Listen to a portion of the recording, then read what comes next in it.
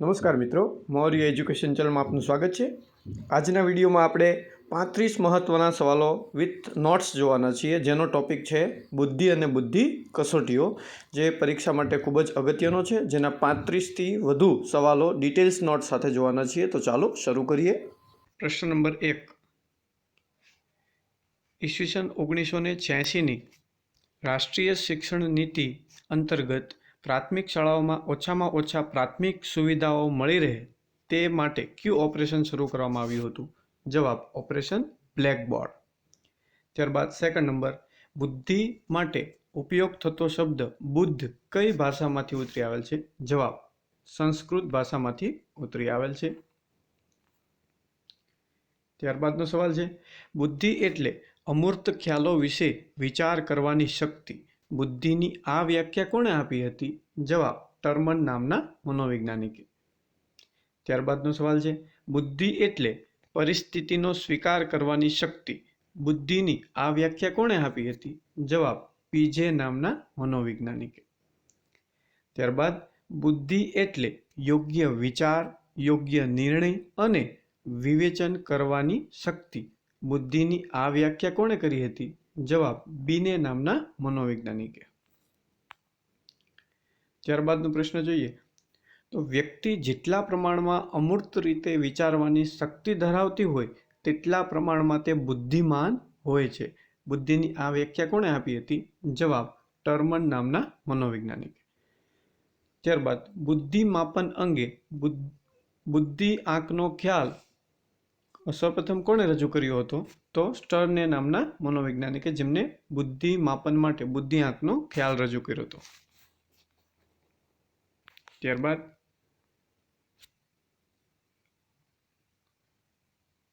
ત્યારબાદ બુદ્ધિ આંક શોધવાનું સૂત્ર જણાવો। તો બુદ્ધિ આંક શોધવાનું સૂત્ર સૌપ્રથમ માનસિક વય છેદમાં શારીરિક વય ગુણ્યા 100। ફરી એક વખત બુદ્ધિ આંક શોધવાનું સૂત્ર એટલે કે માનસિક વય છેદમાં શારીરિક વય અને ગુણ્યા 100। ત્યારબાદનો સવાલ છે, બુદ્ધિ માપન માટે સૌપ્રથમ 1905માં કયા મનોવૈજ્ઞાનિકે બુદ્ધિ કસોટીની રચના કરી હતી? મોસ્ટ ઇમ્પોર્ટન્ટ સવાલ છે, યાદ રાખજો મિત્રો। તો 1905માં સૌપ્રથમ વખત સર આલ્ફ્રેડ બીને અને થિયોફાઇલ સાયમન નામના, એટલે કે બીને અને સાયમન, શોર્ટમાં એમ બોલાય છે, બીને અને સાયમને સૌપ્રથમ 1905માં બુદ્ધિ કસોટીની રચના કરી હતી। નોટ્સમાં જોઈએ તો આ જે કસોટીની રચના કરી હતી એ સૌપ્રથમ ફ્રેન્ચ ભાષામાં રચના કરી હતી। તો યાદ રાખજો, સૌપ્રથમ બુદ્ધિ કસોટી કઈ ભાષામાં રચાઈ હતી? ફ્રેન્ચ ભાષામાં। કોણે રચી હતી? બીને અને સાયમન। ત્યારબાદનો સવાલ જોઈએ, બીને સાયમનની ફ્રેન્ચ ભાષામાં રચાયેલી બુદ્ધિ કસોટીનું અંગ્રેજીમાં કોણે રૂપાંતર કર્યું હતું? અંગ્રેજીમાં કોને રજૂ કરી હતી? જવાબ ટર્મન નામના મનોવૈજ્ઞાનિકે। નોટ્સમાં જોઈએ તો સ્ટેનફર્ડ યુનિવર્સિટીના પ્રોફેસર ટર્મને આજે બીને સાયમનની જે ફ્રેન્ચ ભાષામાં રચાયેલી બુદ્ધિ કસોટી છે એને અંગ્રેજીમાં રૂપાંતર કરી અને સ્ટેનફર્ડ બીને નામની બુદ્ધિ કસોટીનું નામ આપ્યું હતું, એમને રચના કરી હતી। ત્યારબાદ ઈસવીસન 1930માં ભારતમાં સૌપ્રથમ બુદ્ધિ કસોટીની રચના કોણે કરી હતી? જવાબ ડૉક્ટર રાઇસ નામના મનોવૈજ્ઞાનિકે। નોટ્સમાં જોઈએ તો આ બુદ્ધિ કસોટી ઉર્દુ અને પંજાબી ભાષામાં સૌપ્રથમ વખત રચાઈ હતી। તો યાદ રાખજો મિત્રો, આપણે હિન્દી ઓપ્શન આપેલો હોય તો સૌથી પહેલાં આપણે હિન્દી કરીએ અથવા અંગ્રેજી કરીએ, તો અહીંયા નહીં, સૌપ્રથમ ભારતમાં બુદ્ધિ કસોટીની રચના થઈ હોય તો ઉર્દુ અને પંજાબી ભાષામાં થઈ હતી। ત્યારબાદનો સવાલ જોઈએ, ભારતમાં સૌપ્રથમ વખત ગુજરાતીમાં કોણે બુદ્ધિ કસોટીની રચના કરી હતી? જવાબ doctor Krishan Kant Desai. Most important સવાલ છે, યાદ રાખજો મિત્રો, સૌપ્રથમ ગુજરાતીમાં બુદ્ધિ કસોટીની રચના કરનાર કૃષ્ણકાંત દેસાઈ। નોટ્સ જોઈએ તો જે સ્ટેનફર્ડ બીનેની બુદ્ધિ કસોટી છે અંગ્રેજીમાં, એનું ગુજરાતીમાં રૂપાંતર કર્યું હતું, એ છે રૂપાંતર કરનાર છે ડૉક્ટર જે.એ. શાહ અને સૌપ્રથમ ગુજરાતીમાં રચના કરનાર કૃષ્ણકાંત દેસાઈ। ત્યારબાદનો સવાલ છે, બુદ્ધિ અંગેનો દ્વિઅવયવી અથવા તો ઘટકનો સિદ્ધાંત કોણે રજૂ કર્યો હતો? જવાબ, સ્પીયરમેન નામના મનોવૈજ્ઞાનિકે બુદ્ધિ અંગેનો દ્વિઅવયવી એટલે કે દ્વિઘટકનો સિદ્ધાંત રજૂ કર્યો હતો. નોટ્સમાં જોઈએ તો 1904માં સ્પીયરમેનને બુદ્ધિ અંગેનો દ્વિઅવયવી સિદ્ધાંત રજૂ કર્યો હતો. એની નોટ્સમાં જોઈએ આપણે તો તેમણે બુદ્ધિ કસોટીમાં પ્રાપ્તાંકોને એકબીજાના સહસંબંધોમાં ગોઠવતા એક શ્રેણી બને છે અને આ શ્રેણી પરથી ફલિત થાય છે કે કોઈ પણ મનુષ્યની બુદ્ધિ બે ઘટકોની અથવા તો બે અવયવોની બનેલી હોય છે. એમાં જી ફેક્ટર અને એસ ફેક્ટર. ઘટક 1 એ જી ફેક્ટર અને ઘટક 2 એ એસ ફેક્ટર. જી ઘટક એટલે સામાન્ય ઘટક એટલે કે જનરલ ફેક્ટર અને S factor for specific factor એટલે કે વિશિષ્ટ ઘટક. ત્યારબાદનો સવાલ જોઈએ તો સ્પીયરમેને દર્શાવેલ કયા ઘટકમાં બુદ્ધિ જન્મજાત હોય છે જેને વધારી કે ઘટાડી શકાતી નથી?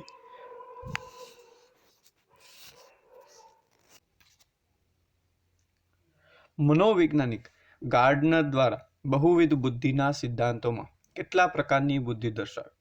જવાબ, 8 પ્રકારની બુદ્ધિ દર્શાવી છે. મોસ્ટ ઇમ્પોર્ટન્ટ સવાલ છે, યાદ રાખજો મિત્રો. તો અહીંયા ગાર્ડનર છે એની પાસે 8 બુદ્ધિ હતી એવું યાદ રાખવાનું છે આપણે. ત્યારબાદ સામાન્ય રીતે બુદ્ધિ કસોટીના કેટલા પ્રકાર પાડવામાં આવે છે? જવાબ, 2. વ્યક્તિગત બુદ્ધિ અને સામૂહિક બુદ્ધિ, જેના પેટા પ્રકારમાં શાબ્દિક, અશાબ્દિક અને સામૂહિક બુદ્ધિમાં પણ શાબ્દિક અને અશાબ્દિક. ત્યારબાદ જે બાળક 140 થી વધુ બુદ્ધિઆંક ધરાવે છે તેને કેવા પ્રકારની બુદ્ધિ કહેવાય? જવાબ, અતિ ઉત્તમ પ્રકારની બુદ્ધિ કહી શકાય કે જે સૌથી વધુ બુદ્ધિઆંક ધરાવે છે.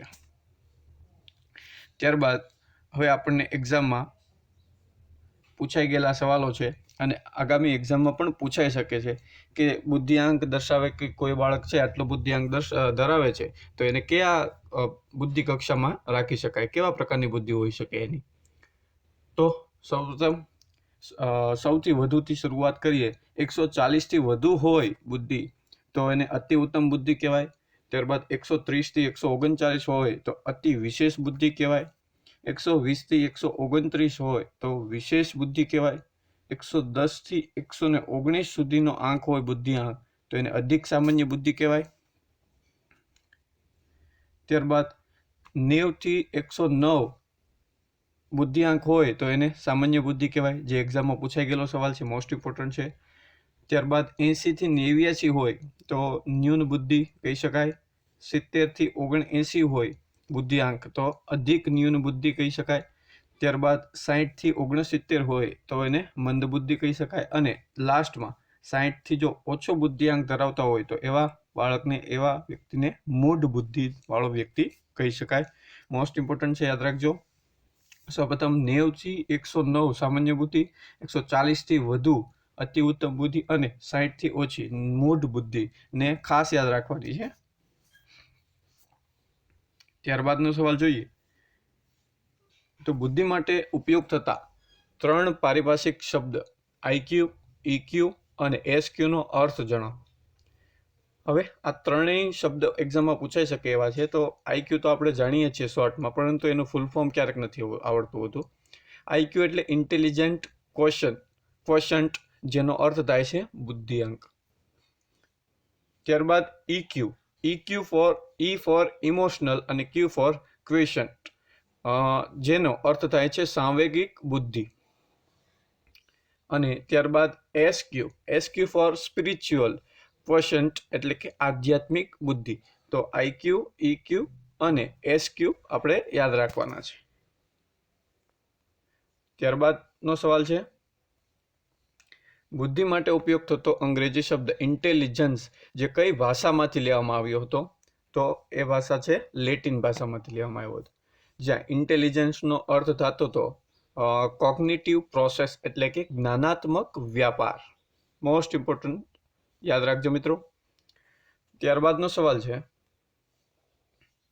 ખાલી જગ્યા એ શીખવા માટેની અને સમસ્યા ઉકેલ માટેની સુષુપ્ત શક્તિ છે, જેને કહીશું આપણે બુદ્ધિ. બુદ્ધિ એ શીખવા માટેની અને સમસ્યા ઉકેલ માટેની સુષુપ્ત શક્તિ છે. ત્યારબાદ વૈજ્ઞાનિકોના મતે મનુષ્યના મગજના 2 ભાગો કયા કયા છે તથા તેનો અર્થ જણાવો. હવે ડાબું મગજ અને જમણું મગજ. હવે પ્રશ્ન એ નથી પૂછાતો, પણ પ્રશ્ન એ પૂછાય છે કે જેમનું ડાબું મગજ સક્રિય હોય તો તેઓ શું બની શકે છે? તો તેઓ બુદ્ધિજીવી હોઈ શકે, વૈજ્ઞાનિક બની શકે અને એન્જિનિયર પણ બની શકે છે કે વકીલ બની શકે છે. જ્યારે જેમનું જમણું મગજ સક્રિય હોય તેઓ કલાકાર, સાહિત્યકાર કે સંત બની શકે છે. એટલે સૌથી વધુ જે ડાબું બ્રેઇન છે, ડાબું મગજ છે, એ સૌથી વધુ સક્રિય હોય તો એ સૌથી સારામાં સારો વ્યક્તિ એટલે કે બુદ્ધિજીવી કે વૈજ્ઞાનિક બની શકે છે. ત્યારબાદનો સવાલ છે, ડોક્ટર આલ્ફ્રેડ બીને તથા સાયમનની બુદ્ધિ કસોટી માટે બાળકોની માનસિક વય જાણવા માટે મોસ્ટ ઇમ્પોર્ટન્ટ બાબત છે, યાદ રાખજો કે બુદ્ધિ કસોટી રચવી છે, બુદ્ધિ આંક માપવો છે, તો એની માનસિક વય શું નક્કી કરી શકાય? તો માનસિક વય નક્કી કરવા માટે કેટલા પ્રશ્નોની એક કસોટી તૈયાર કરી હતી? તો 30 પ્રશ્નોની એક કસોટી તૈયાર કરી હતી, યાદ રાખજો મિત્રો. ત્યારબાદ બુદ્ધિમાપન કસોટીઓ તથા તેના રચનાકાર વિશે આપણે શોર્ટમાં જોવાનું છે. એમાં એક ચાર્ટ છે બુદ્ધિમાપન કસોટીઓ વિશે કે જેમાં વ્યક્તિગત બુદ્ધિ છે અને એક બાજુ સામૂહિક બુદ્ધિ છે. હવે વ્યક્તિગત બુદ્ધિ એટલે એક જ સમયે એક જ નાગરિક માટે માત્ર એક જ વ્યક્તિ માટે બુદ્ધિ કસોટી રચી શકાય અને વ્યક્તિગત બુદ્ધિ કહેવાય. જ્યારે સામૂહિક બુદ્ધિમાં આ કસોટીમાં છાપેલી પ્રશ્નાવલીના સ્વરૂપમાં આપી શકાય છે, એટલે એક કરતાં વધુ વ્યક્તિઓ પાસેથી આ કસોટી લઈ શકાય છે. ત્યારબાદ શાબ્દિક કસોટી એટલે શું? તો કે ઉત્તર આપવા માટે જેમાં ભાષાનો પ્રયોગ કરવો પડે એને કહેવાય શાબ્દિક બુદ્ધિ કસોટી.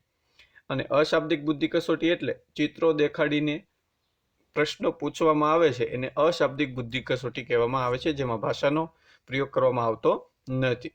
ક્રિયાત્મક બુદ્ધિ કસોટી તો નિશ્ચિત સમયમાં ખાસ પ્રકારનું કોઈ એક કાર્ય સોંપવામાં આવે છે અને એ કાર્ય કેટલા અંશે સફળ રહ્યું છે એના દ્વારા બુદ્ધિનું માપન કરવામાં આવે છે. એવી જ રીતે સામૂહિક બુદ્ધિમાં પણ શાબ્દિક અને અશાબ્દિક, જેમાં સામૂહિક બુદ્ધિ માપન કસોટીઓમાં દેસાઈ ભટ્ટની સામૂહિક બુદ્ધિ કસોટી અને દવે જ્યોતિ રચિત બુદ્ધિ કસોટી. ત્યારબાદ વ્યક્તિગત બુદ્ધિ કસોટીઓમાં કેટલીક બુદ્ધિ કસોટીઓના રચનાકાર છે, જેમાં ડોક્ટર N.A. શુક્લ, J.H. શાહ અને કામઠની કસોટીઓ તથા K.G. દેસાઈની વ્યક્તિગત બુદ્ધિ કસોટીઓ. ત્યારબાદ અન્ય વિગત છે કે ખાસ પ્રકારની જે બુદ્ધિ છે ક્રિયાત્મક બુદ્ધિના રચયિતા છે ડોક્ટર ભાટિયાની ક્રિયાત્મક કસોટી, શ્રીમતી પ્રમીલા ફાટકની માણસ દોરીની પદ્ધતિ તથા P.D. પટેલની માણસ દોરોની કસોટી. ત્યારબાદનો સવાલ છે, પ્રતિભાશાળી વિદ્યાર્થીઓ જેમને અંગ્રેજીમાં ગિફ્ટેડ ચિલ્ડ્રન તરીકે ઓળખવામાં આવે છે તેમનો બુદ્ધિઆંક સામાન્ય રીતે કેટલો હોય છે? તો 130થી વધુ જેનો બુદ્ધિઆંક હોય છે આપણે એ બાળકોને ગિફ્ટેડ ચિલ્ડ્રન તરીકે ઓળખીએ છીએ, એટલે કે પ્રતિભાશાળી વિદ્યાર્થી. ડોક્ટર નલિન પંડ્યા રચિત વિજ્ઞાન અભિયોગ્યતા કસોટી જે કયા ધોરણના વિદ્યાર્થીઓ માટે રચી છે? જવાબ ધોરણ 9 અને 10ના વિદ્યાર્થીઓ માટે રચી છે. ડોક્ટર નલિન પંડિત રચિત વિજ્ઞાન અભિયોગ્યતા કસોટી, યાદ રાખજો મિત્રો. ત્યારબાદનો સવાલ છે, ધોરણ 9 થી 12ના વિદ્યાર્થીઓ માટે વ્યવસાયિક અભિરુચિ સંશોધનિકા કોણે રચી છે? જવાબ ડોક્ટર J.H. શાહ અને ડોક્ટર સુરેખાબેન અમીન દ્વારા રચાયેલી છે. વ્યવસાયિક અભિરુચિ સંશોધિકા ડોક્ટર J.H. શાહ અને ડોક્ટર સુરેખાબેન અમીન. ત્યારબાદ ધોરણ 2 થી ધોરણ 12 સુધીના વિદ્યાર્થીઓ માટે દેસાઈ શાબ્દિક અશાબ્દિક સમૂહ બુદ્ધિ કસોટીની રચના કોણે કરી હતી? તો ડોક્ટર કૃષ્ણકાંત ગોપાલજી દેસાઈ. અહીંયા દેસાઈ ઉપરથી ખબર પડી જાય છે, પરંતુ ક્યારેક દેસાઈ વાળા 4 ઓપ્શન હોય તો આગળનું નામ આપણને ખબર હોવું જોઈએ. તો કૃષ્ણકાંત ગોપાલજી દેસાઈ કે જેમણે શાબ્દિક અશાબ્દિક સમૂહ બુદ્ધિ કસોટીની રચના કરી છે. ત્યારબાદનો સવાલ જોઈએ તો ધોરણ 5 થી 12ના વિદ્યાર્થીઓ માટે વાલી વલણ માપદંડ કસોટી તથા ઝડપ અને ચોકસાઈની કસોટીની રચના કોણે કરી હતી? જવાબ ડોક્ટર R.S. પટેલ દ્વારા રચના કરાય છે. ત્યારબાદ MS યુનિવર્સિટીના કયા મનોવૈજ્ઞાનિક ટેસ્ટ ઓફ ક્રિએટિવિટીની બુદ્ધિમાપન કસોટીની રચના કરી છે? ડોક્ટર સતીશ પાઠકે ટેસ્ટ ઓફ ક્રિએટિવિટીની બુદ્ધિમાપન કસોટીની રચના કરી છે. ત્યારબાદનો સવાલ છે, કયા ગુજરાતી મનોવૈજ્ઞાનિક 16 PF વ્યક્તિત્વ સંશોધનિકા બુદ્ધિમાપન કસોટીની રચના કરી છે? જવાબ ડોક્ટર R.N. ઠાકુર દ્વારા 16 PF વ્યક્તિગત સંશોધનિકા બુદ્ધિમાપન કસોટીની રચના કરી છે. ત્યારબાદ કયા ગુજરાતી મનોવૈજ્ઞાનિક ધોરણ 5 થી 12ના વિદ્યાર્થીઓ તથા 12 થી 17 વર્ષ સુધીની વયના બાળકો માટે માણસ દોરોની કસોટીની રચના કરી હતી? જવાબ ડોક્ટર પ્રમીલા ફાટક દ્વારા રચના કરાય છે. ત્યારબાદનો સવાલ છે, કયા ગુજરાતી મનોવૈજ્ઞાનિકે ક્રિયાત્મક કસોટીમાં અંગુલી ચાપલ્ય કસોટીની રચના કરી છે? ક્યાં ગુજરાતી મનોવૈજ્ઞાનિકે ક્રિયાત્મક કસોટીમાં અંગુલી ચાપલ્ય બુદ્ધિ કસોટીની રચના કરી છે? જવાબ ડોક્ટર ભાટિયા દ્વારા. નોટ્સમાં જોઈએ તો અન્ય મહત્વની બુદ્ધિમાપન કસોટીઓ તથા તેના રચિતા. વ્યવસાયિક અભિરુચિ સંશોધનિકા ડોક્ટર R.S. પટેલ. ત્યારબાદ શાંત વાંચન અર્થગ્રહણ કસોટી ડોક્ટર નીરજ મોદી. ત્યારબાદ અશાબ્દિક સમૂહ બુદ્ધિ કસોટી ડોક્ટર છાયાબેન મુલવાણી. ત્યારબાદ સ્વસંકલ્પના કસોટી ડોક્ટર R.S. પટેલ.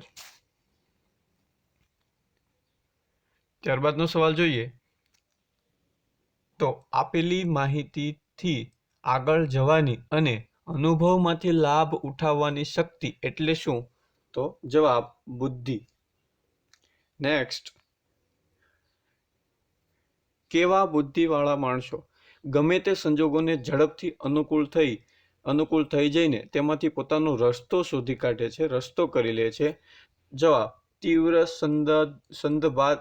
સંદર્ભાત્મક બુદ્ધિવાળા માણસો પોતાને ગમે તે સંજોગોમાં ઝડપથી અનુકૂળ થઈ જઈ શકે છે. ત્યારબાદ કયા મનોવૈજ્ઞાનિકના મત મુજબ બુદ્ધિ પ્રવાહી કે સ્ફટિક હોય છે? જવાબ કેટલ નામના મનોવૈજ્ઞાનિકના મત મુજબ બુદ્ધિ છે એ પ્રવાહી કે સ્ફટિક હોય છે. તમે મને એક બાળક આપો, તેને હું તમે જે કહો તે બનાવી દઉં. આ વિધાન કયા મનોવૈજ્ઞાનિકનું છે? વોટસનનું છે. ત્યારબાદ બુદ્ધિમાપન કસોટીમાં પાસનો સિદ્ધાંત કોણે રજૂ કર્યો હતો? જવાબ J.P. દાસનો પાસનો સિદ્ધાંત યાદ રાખવાનો છે. પાસનો સિદ્ધાંત આવે બુદ્ધિમાપન કસોટીમાં તો આપણે J.P. દાસને યાદ રાખવાના છે. So thank you for watching this video. જો આપને આ વિડીયો ગમ્યો હોય તો લાઈક કરજો, શેર કરજો અને સબસ્ક્રાઈબ કરવાનું ભૂલતા નહીં. અને સાથે સાથે બાજુમાં આવેલા બેલ આઇકનને ટિક કરજો જેથી આપને આગળના વિડીયોની નોટિફિકેશન મળતી રહે. Thank you very much.